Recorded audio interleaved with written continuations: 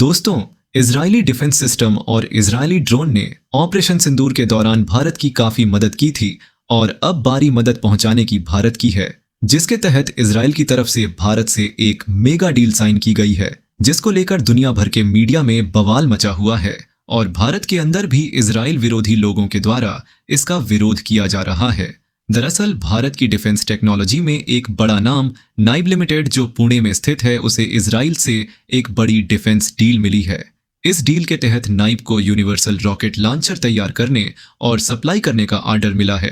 इस सौदे की कुल कीमत है 17.52 मिलियन यानी करीब 150 करोड़। सबसे दिलचस्प बात यह है कि यह रॉकेट लॉन्चर 300 किलोमीटर तक की रेंज में मार करने में सक्षम है। इसका मतलब यह है कि यह डील सिर्फ आर्थिक नहीं बल्कि सामरिक दृष्टि से भी बेहद अहम है। नाइब लिमिटेड भारत की एक आधुनिक डिफेंस मैन्युफैक्चरिंग कंपनी है जो अत्याधुनिक रक्षा उपकरण बनाने का काम करती है। इस कंपनी का फोकस है नई टेक्नोलॉजी बनाना, भारत को आत्मनिर्भर बनाना और रक्षा क्षेत्र में निर्यात को बढ़ावा देना। वहीं इस डील के जरिए नाइब न सिर्फ इजराइल को रक्षा सामग्री देगा बल्कि भारत के मेक इन इंडिया और सेल्फ रिलायंट इंडिया के सपने को भी आगे बढ़ाएगा। हालांकि कंपनी ने इजरायली क्लाइंट का नाम सार्वजनिक नहीं किया है, लेकिन इतना तय है कि यह एक ओरिजिनल इक्विपमेंट मैन्युफैक्चरर यानी ओईएम है। मतलब यह इजराइल की एक ऐसी बड़ी कंपनी है जो अपने नाम से रक्षा उपकरण बनाती है और बेचती है। इस डील से भारत और इजराइल के बीच सामरिक रिश्ते और गहरे होंगे, साथ ही दुनिया में भारत की डिफेंस इंडस्ट्री की प्रतिष्ठा और बढ़ेगी। शेयर मार्केट में भी इसका असर दिखा। नाइब के शेयर में लगातार बढ़ोतरी दर्ज की जा रही है। इस डील के अलावा भी समय समय पर भारत के ऊपर कई मीडिया संस्थानों और देश के द्वारा भारी संख्या में भारतीय हथियार इजराइल को देने पर विरोध जताया गया है। जैसे कि आप अल जजीरा का आर्टिकल देख सकते हैं जिसमें लिखा हुआ है India exports rockets explosive to Israel amid Gaza war document reveal.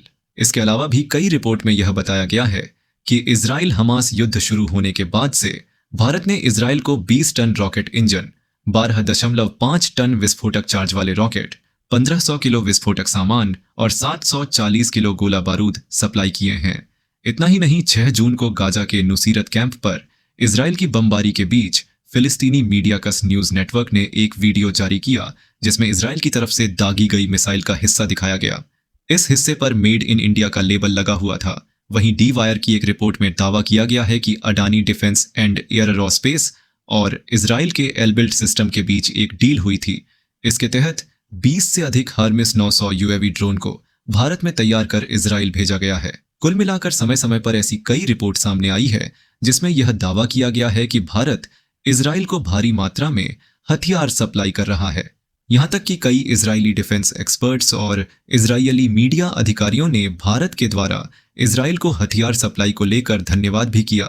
हालांकि भारत सरकार की तरफ से पब्लिकली इसको कभी नहीं माना गया है कि भारत भारी संख्या में गोला बारूद या हथियार इजराइल को दे रहा है। लेकिन सवाल यह उठता है कि अगर भारत मदद कर भी रहा है तो भारत इसको एडमिट क्यों नहीं करता।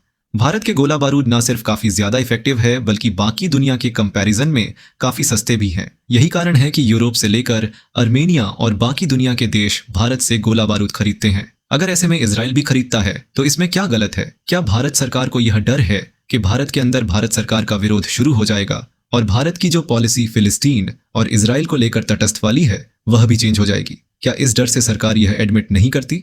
रीजन जो भी हो, लेकिन भारत की तरफ से इजराइल की मदद खुलकर की जा रही है और देखा जाए तो यह गलत नहीं है। 1999 कारगिल की लड़ाई हो या फिर ऑपरेशन सिंदूर के दौरान इजराइल ने भारत की खुलकर मदद की है।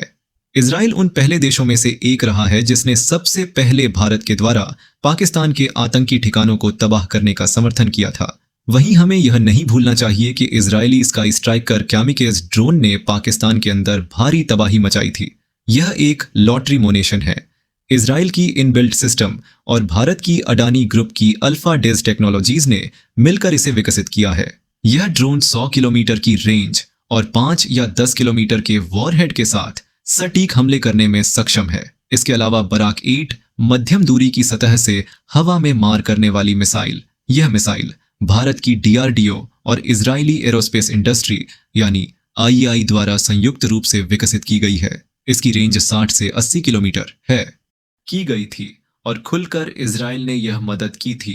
ऐसे में अब समय आ गया है कि भारत अगर इजराइल की मदद कर रहा है तो इस बात को भारत एडमिट भी करें, क्योंकि जिस तरह से भारत पाकिस्तानी आतंकवादियों से परेशान है, इसी तरह से इजराइल भी हमास के आतंकियों से परेशान है। हमारे 27 लोगों को बुरी तरह से पाकिस्तानी आतंकियों ने पहलगाम में मारा था, जिसके बाद पूरे देश का गुस्सा इतना ज्यादा था कि में कई मासूम लोग और बच्चे भी मारे गए हैं, जो कि सभी के लिए बेहद दुखद है। लेकिन हमें समझना पड़ेगा कि हमास के आतंकियों ने स्कूल, कॉलेजेस और महिलाओं की आड़ में इजराइल से लड़ाई लड़ रहा है। इस हिसाब से असल में खतरा इजराइल से इन लोगों को नहीं बल्कि हमास के आतंकियों से है, जो कि मासूम लोगों को ढाल बनाकर इजराइल के ऊपर हमला कर रहे हैं। और जब इजराइल हमला उनके ऊपर करता है तो इजराइल के ऊपर इस तरह के आरोप लगते हैं। बकायदा इजराइल ने अपने ऑपरेशन के दौरान कई बार अपने हमले से पहले पर्चियां बांटी है कि इस जगह पर वह अटैक करेंगे। भारत के अंदर भी काफी सारे लोग जो हमास का समर्थन करते हैं, वह यह बात कहते हैं कि इजराइल हमला करना बंद क्यों नहीं करता। तो वहीं इजराइल के द्वारा भी यही बात कही जा रही है कि हमारे नागरिकों को छोड़ दिया जाए जिन्हें बंधक बनाया गया है। साथ ही आप हमला करना बंद कर दें, हमारे से लड़ना बंद कर दे और हमारे ऊपर आतंकी हमले करना बंद कर दे, जिसके बाद हम भी कार्रवाई करना बंद कर देंगे। क्योंकि इजराइल का सिंपल ये मानना है कि अगर हमास ने हमला करना बंद कर दिया और आतंकी गतिविधियों पर ब्रेक लगा दिया तो कभी यह विवाद होगा ही नहीं। लेकिन अगर इजराइल ने लड़ना छोड़ दिया तो शायद इजराइल ही ना बचे। यही कारण है कि इजराइल जब तक लड़ना नहीं छोड़ता, जब तक आतंकियों की कमर नहीं टूट जाती और उनको एलिमिनेट नहीं कर दिया जाता। साफ है कि भारत और इजराइल जब से बने हैं तब से आतंकी घटनाओं से परेशान रहे हैं और इजराइल की तरफ से हमेशा से खुलकर भारत का सपोर्ट किया गया है। भारत की तरफ से भी बैकडोर चैनल के थ्रू सपोर्ट किया गया है।